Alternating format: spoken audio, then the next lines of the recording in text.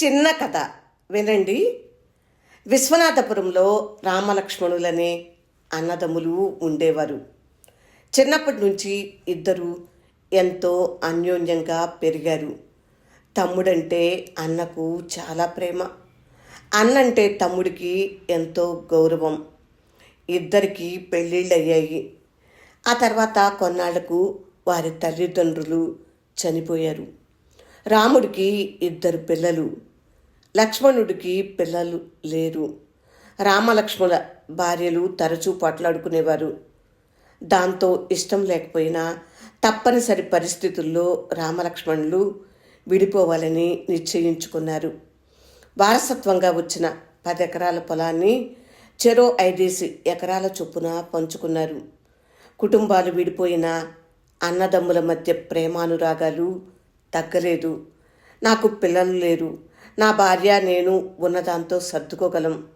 అన్నయ్యకు 2 పిల్లలు, ఉన్నదాంతో బతకటం అన్నయ్య కుటుంబానికి కష్టం అనే భావన లక్ష్మణుడికి ఉండేది. అందుకని పంట చేతికొచ్చిన ప్రతిసారి ఎవరూ లేని సమయం చూసి 10 బస్తాల ధాన్యాన్ని అన్న ధాన్యపు కొట్టులో వేసేవాడు. నా కొడుకులు ఏదో ఒకరోజు అంది వస్తారు.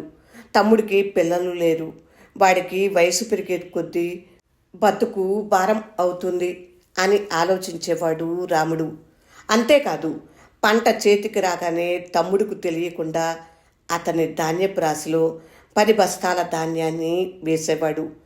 ఇలా ఒకరికి తెలియకుండా ఒకరు ఎదుటివారి ధాన్యపు కొట్టులో ధాన్యం వేయటం ఎన్నో ఏడు సాగింది.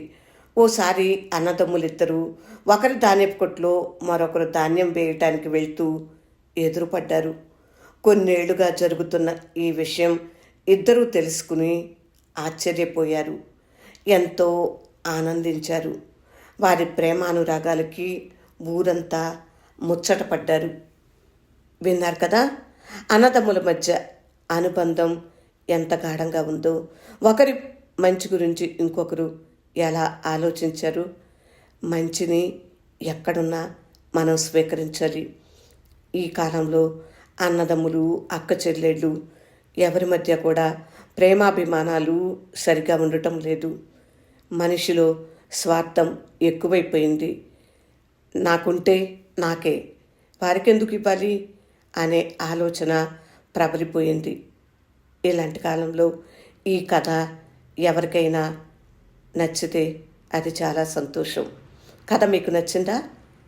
అన్నదమ్ములు కథ నచ్చినట్లయితే లైక్ చేయండి.